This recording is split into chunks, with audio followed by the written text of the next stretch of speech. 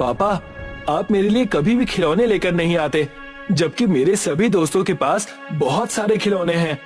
बेटा, तुम्हारे पास भी खिलौने की कमी थोड़ी ना है, तुम भी अपने खिलौने से खेला करो।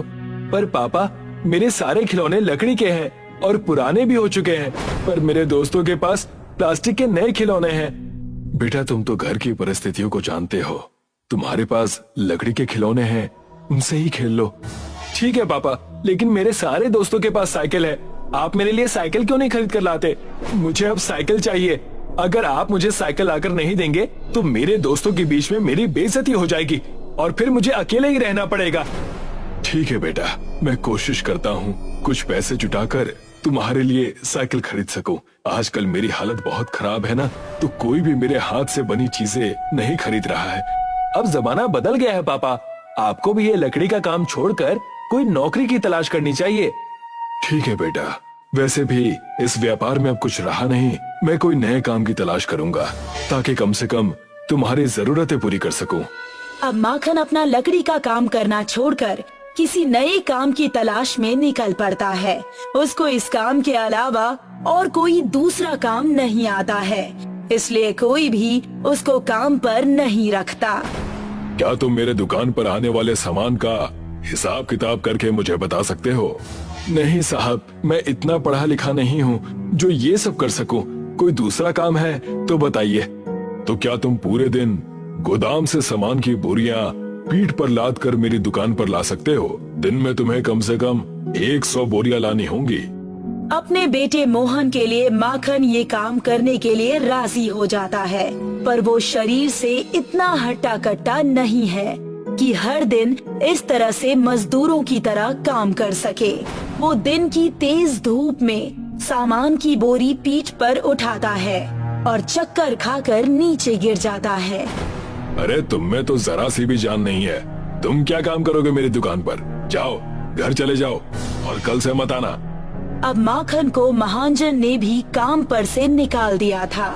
वो और भी कई जगह पर जाकर काम ढूंढता है, पर उसको काम नहीं मिलता और वो उदास चेहरा लेकर घर वापस लौट जाता है। पर वो देखता है कि मोहन उससे पहले ही घर आ चुका है और उसका भी चेहरा लटका हुआ है। क्या हुआ बेटा, काम मुझे नहीं मिला और चेहरा तुम्हारा लटका है? पापा, आज प्रिंसिपल ने मुझे लेट स्कूल पहुंचने की वजह से घर भेज दिया। कोई बात नहीं बेटा, इसमें इतना उदास होने की क्या बात है, कल से तुम समय रहते स्कूल चले जाना। पापा, मैं तो हमेशा टाइम से ही घर से निकलता हूँ, पर स्कूल इतनी दूर है कि पहुँचते पहुँचते देर हो जाती है। ठीक है, मैं कल तुम्हारे प्रिंसिपल से बात करूँगा। अगले दिन माखन स्कूल पहुंचकर प्रिंसिपल से इस बारे में बात करने लगता है।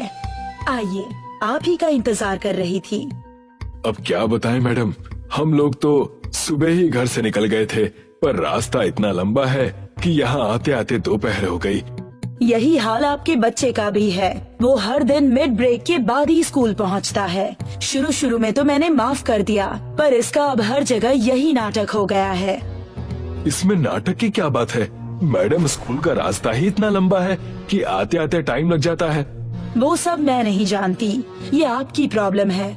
अगर रास्ता लंबा है तो बच्चे के लिए एक साइकिल खरीद दीजिए, पर कल से बच्चे को लेट स्कूल मत भेजिएगा। उसको देखकर दूसरे बच्चे भी लेट आना शुरू कर रहे हैं। मैं एक गरीब आदमी हूँ मैडम, बड़े मुश्किल से तो मैं अपने बच्चे की स्कूल फीस जमा कर पाता हूँ। अब आप ही बताइए कि मैं उसके लिए साइकिल खरीद कर कहाँ से लाऊं? ये आप जानो कि साइकिल खरीद कर कहाँ से लाओगे, पर मैं आपके बच्चे के लिए स्कूल के रूल्स तो नहीं बदल सकती ना। स्कूल की जो टाइमिंग रहेगी वो चेंज नहीं होगी। 2-5 मिनट आगे पीछे चलता है, पर 4 घंटे लेट आना नहीं चलेगा। ठीक है मैडम, मैं आपकी बात समझ गया। मैं मोहन के लिए साइकिल खरीदने की पूरी कोशिश करूँगा, बस आप इसको स्कूल से मत निकालिएगा प्लीज। देखिए, मैं भी नहीं चाहती कि किसी बच्चे का फ्यूचर खराब हो। मेरे लिए तो सभी बच्चे एक जैसे ही हैं। जैसे आपका बच्चा है वैसे ही मेरा बच्चा और किसी दूसरे अमीर का बच्चा। ये स्कूल है, यहाँ पर सभी को रूल फॉलो करने ही पड़ेंगे, चाहे वो कोई भी हो। ठीक है मैडम, अब मैं अपने मोहन को तभी स्कूल भेजूंगा जब उसके पास अपने खुद की एक साइकिल होगी। माखन प्रिंसिपल को नमस्ते कहकर स्कूल से निकल आता है। उसने मैडम से साइकिल खरीदने का प्रॉमिस तो कर दिया, पर उसको खुद ही समझ नहीं आ रहा था कि वो साइकिल खरीदने के लिए इतने पैसे कहाँ से लेकर आएगा। मैं मैडम से साइकिल खरीदने का वादा तो कराया, पर मैं साइकिल लाऊंगा कहाँ से? कहीं मेरे मोहन को स्कूल से निकाल ना दे। हे भगवान, अब आप ही मेरी कोई मदद करिए।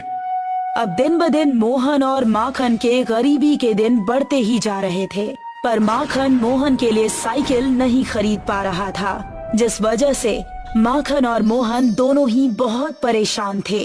माखन अपने घर पर एक दीवार से सर टिकाए बैठा था, पर वो दीवार पीछे खिसकने लगती है। अरे, ये दीवार पीछे क्यों खिसक रही है? लगता है इस दीवार के पीछे कुछ है। माखन दीवार को जोर से धक्का देता है, जिससे माखन को दीवार के पीछे रखा हुआ बड़ा सा लकड़ी का गोला दिखाई देता है। ये लकड़ी का गोला यहाँ कहाँ से आ गया? माखन उस लकड़ी के गोले को साफ करता है। वो चमकने लगता है। ये देखकर माखन खुश हो जाता है। लगता है ये कोई जादुई लकड़ी है। ये लकड़ी जरूर मेरी मदद करेगी। मुझे इससे अपने मोहन के लिए साइकिल बनानी चाहिए। माखन उस जादुई लकड़ी से एक छोटी सी साइकिल बनाता है। अरे वाह, इस जादुई लकड़ी पर तो बहुत अच्छी कारीगरी हो रही है।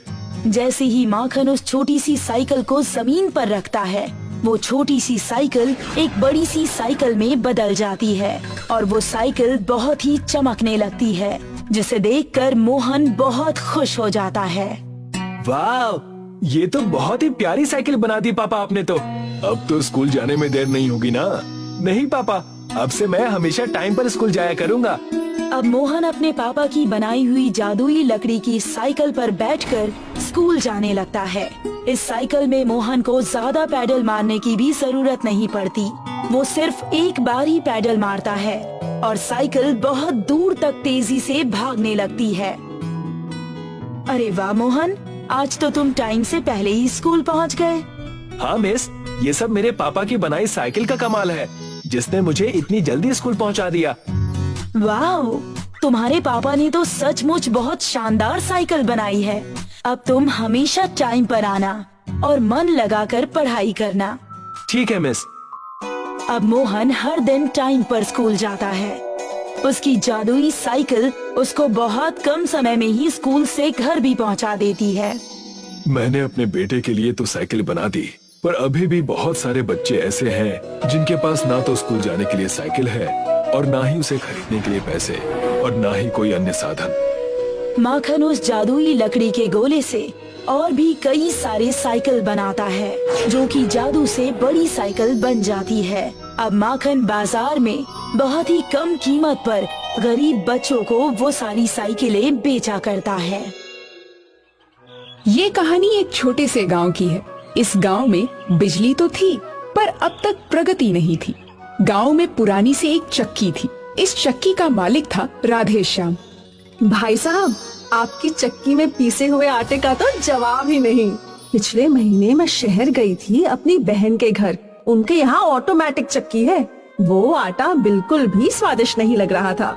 आपकी ये हाथ से घुमाने वाली चक्की का आटा तो बहुत ही स्वादिष्ट है और सेहतमंद भी। ऐसे ही थोड़ी हमारे पूर्वज पत्थरों की चक्की बना गए हैं। वो तो है भाई साहब। गांव वालों को ये पुरानी चक्की का आटा ही भाता था। राधे श्याम का बेटा घनश्याम शहर में नौकरी किया करता था। अरे जी, आप घनश्याम को वापस क्यों नहीं बुला लेते? आजकल मेरी भी तबीयत ठीक नहीं रहती। अच्छा होगा कि वो गांव लौटकर यहीं रहे हमारे साथ। ठीक है, मैं एक बार उससे बात करके देखता हूँ। राधे श्याम ने घनश्याम को फोन लगाया। हेलो बेटा, कैसा चल रहा है जीवन वहाँ? पिताजी, मेरा जीवन यहाँ बहुत अच्छा है। पर बेटा, तू वहाँ अकेले रहता है। तेरी माँ और मैं बुढ़े हो चुके हैं। हमारी इच्छा है कि तू भी हमारे साथ गांव में रहे। मैं गांव आ तो जाऊंगा, पर गांव में काम क्या करूंगा? तू अपनी चक्की चला लेना। बाबा, मुझे आपकी चक्की चलाने का काम बिल्कुल पसंद नहीं। बहुत मेहनत वाला काम है। आप ऑटोमेटिक चक्की क्यों नहीं डाल देते? क्योंकि गांव के लोगों को बस पत्थर की चक्की पर पिसा आटा ही अच्छा लगता है। वो इसलिए क्योंकि उन्होंने वही खाया है। अगर हम उन्हें ऑटोमेटिक मशीन का आटा देंगे तो कुछ दिनों में उन्हें भी आदत हो जाएगी। मुझे नहीं लगता, पर तुम कोशिश जरूर कर सकते हो। ठीक है पिताजी, मैं अगले हफ्ते ही गांव लौटूंगा। ठीक है। घनश्याम गांव लौटने वाला है, ये सुनकर राधेश्याम बहुत खुश था। उसने ये बात अपनी पत्नी मनोरमा को भी बताई और दोनों बहुत ज्यादा खुश थे। 1 महीने बाद घनश्याम गांव लौटा। वो अपने साथ ऑटोमेटिक चक्की लेकर आया था। ये क्या चीज है बेटा? ये ऑटोमेटिक चक्की है माँ। इसमें बस बटन दबाओ और झट से आटा पिस जाता है। अच्छा है, अच्छा है। राधेश्याम इस चक्की को देखकर परेशान था। वो जानता था कि गांव वालों को पत्थर की चक्की का पीसा हुआ आटा ही पसंद आता है, पर वो घनश्याम को कुछ बोल नहीं सकता था। अगले दिन घनश्याम ने राधेश्याम की दुकान में ऑटोमेटिक चक्की भी लगवा दी। राधेश्याम भैया, ये गेहूं पीस दीजिए। तभी उस औरत का ध्यान ऑटोमेटिक चक्की पर गया। दीदी, ये ऑटोमेटिक चक्की है, बहुत ही बारीक पीसती है। नहीं नहीं भैया, आप पुरानी पत्थर की चक्की पर ही आटा पीसना।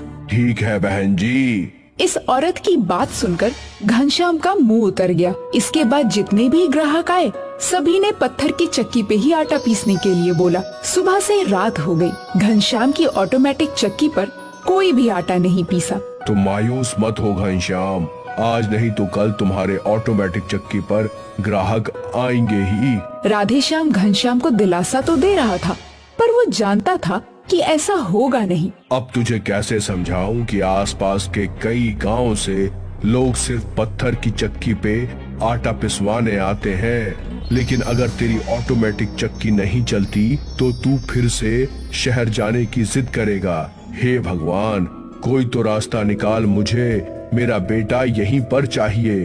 अगले दिन फिर से दोनों बाप बेटे अपनी चक्की पर लौटे। आज भी राधेश्याम की पत्थर वाली चक्की पर ही भीड़ थी। ऑटोमेटिक चक्की पर एक भी ग्राहक नहीं था।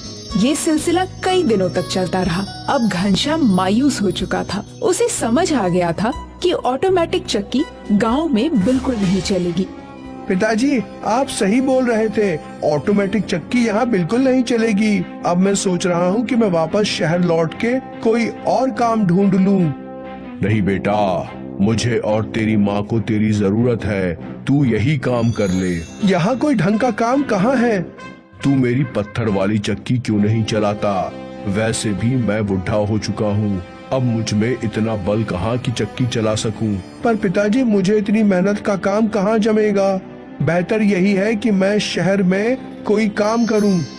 मैं तो बस बोल सकता हूं बेटा, बाकी तेरी मर्जी है। उस रात घनश्याम गहरी सोच में पड़ गया कि वो क्या करे। उसे इतनी मेहनत करने की तो आदत थी नहीं। माँ पिताजी की सोच भी सही है, उन्हें अपने बेटे की जरूरत है, पर मैं दिन भर चक्की कैसे चला सकता हूँ? तभी घनश्याम को एक आइडिया सूझा। ये ख्याल मुझे पहले क्यों नहीं आया? बेवकूफ हूँ मैं। अगले दिन घनश्याम दुकान पर गया। उसने अपनी पुरानी मोटरसाइकिल का पहिया निकाला और मोटरसाइकिल के पहिए को बेल्ट की मदद से चक्की के हैंडल से जोड़ दिया। ये सब तू क्या कर रहा है? आप बस देखिए। फिर घनश्याम ने चक्की में गेहूं डाला और मोटरसाइकिल का एक्सेलरेटर घुमाया। एक्सेलरेटर घुमाने से चक्की का हैंडल घूमने लगा और आटा पिसने लगा। ये तो जादू है बेटा, बिना चक्की घुमाने की मेहनत किए पत्थर की चक्की में आटा पिस रहा है। बहुत ही बढ़िया। आज से मैं यही रहूंगा और आपकी यही पत्थर की चक्की चलाऊंगा, वो भी अपने अंदाज में। राधेश्याम ने अपने बेटे को गले से लगा लिया। उस दिन से घनश्याम की चक्की जादुई मोटर बाइक चक्की के नाम से मशहूर हो गई। वो कम समय में ज्यादा आटा पीस सकता था, इसलिए उसके ग्राहक भी बढ़ गए और आमदनी भी। फिर कभी घनश्याम के दिमाग में शहर लौटने का ख्याल ही नहीं आया। जादुई मोटर बाइक चक्की ने राधेश्याम और मनोरमा को उनके बेटे का साथ लौटा दिया। बलियापुर गांव में हरि सिंह अपनी पत्नी, बहन और बेटे बंटी के साथ रहता था। हरि सिंह के घर एक बहुत पुरानी चक्की थी। वो अनाज की पिसाई करने का काम करता था। पापा, हमारी चक्की कितनी पुरानी है? बेटा, मेरे दादा ने ये चक्की बनाई थी। मेरे पापा ने इसका इस्तेमाल किया। और अब मैं भी इसका इस्तेमाल कर रहा हूँ।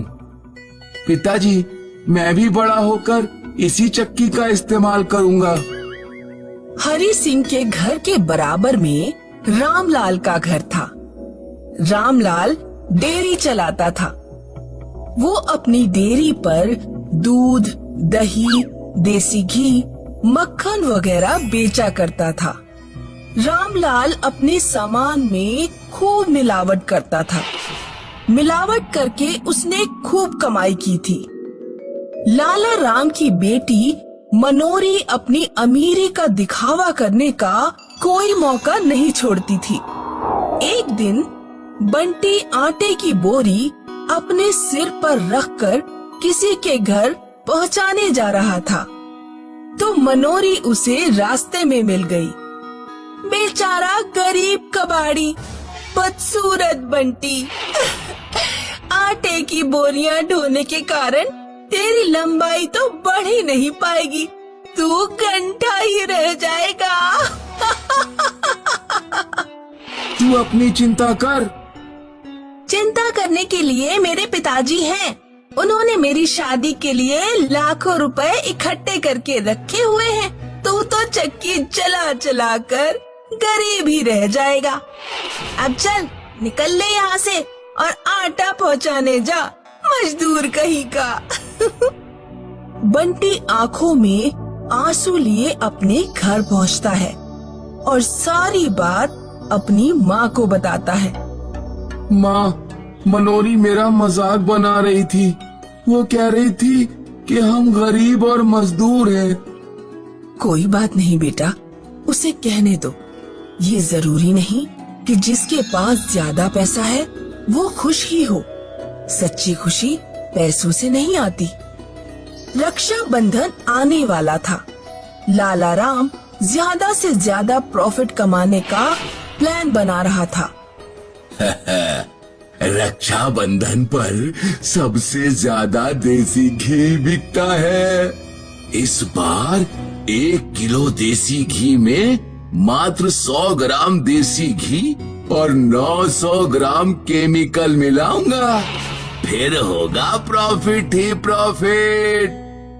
लाला राम रक्षाबंधन के त्योहार पर भारी मिलावट वाला सामान बेचकर मोटा प्रॉफिट कमाता है। उधर गांव में केमिकल वाला घी खाकर कुछ लोगों की तबीयत बिगड़ गई। गांव के किसी आदमी ने फोन करके घी में मिलावट की शिकायत पुलिस को कर दी। अगले दिन लाला राम की डेयरी पर मिलावट की जांच करने वाली टीम का छापा पड़ जाता है। खाने की चीजों में मिलावट करने के जुर्म में लाला राम को 50 लाख का जुर्माना चुकाना पड़ता है। लाला राम की दुकान हमेशा के लिए बंद हो जाती है और घर में पैसों के नाम पर फूटी कौड़ी भी नहीं बचती। लाला राम देखता है कि हरि सिंह की चक्की बढ़िया चल रही है और वो पिसाई करके अच्छे पैसे कमा रहा है। हरि सिंह अपनी बहन की बहुत धूमधाम से शादी कर देता है। एक रात लाला राम अपनी पत्नी से कहता है, हमारी अब इस गांव में कोई इज्जत नहीं बची है। बेहतर होगा कि हम किसी और गांव में जाकर रहें।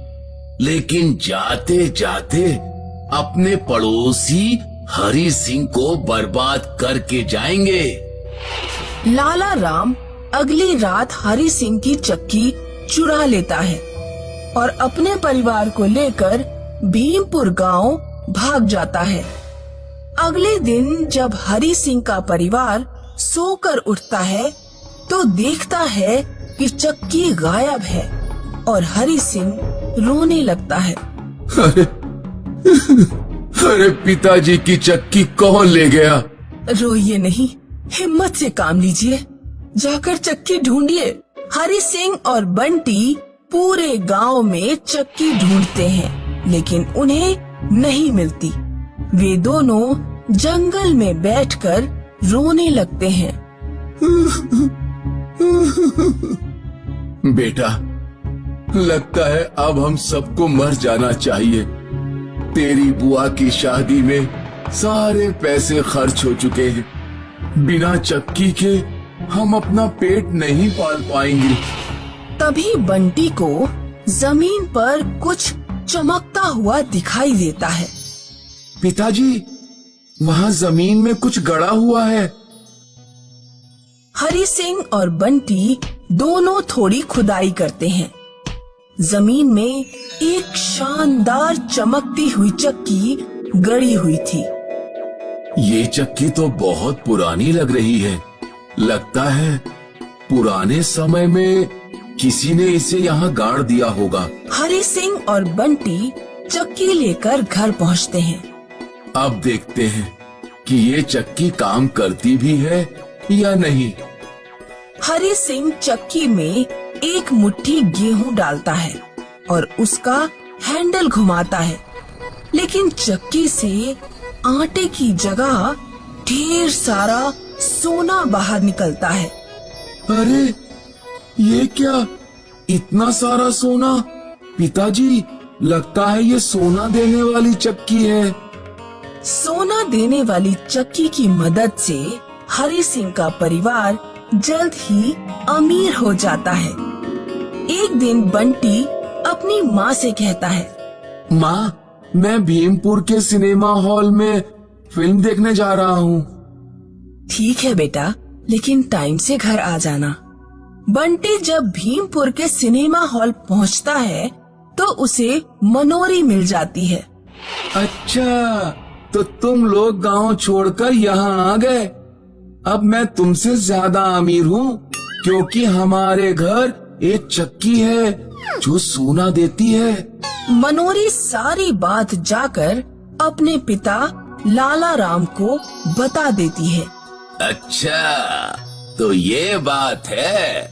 उस गरीब और मजदूर हरी सिंह को सोना देने वाली चक्की मिल गई है।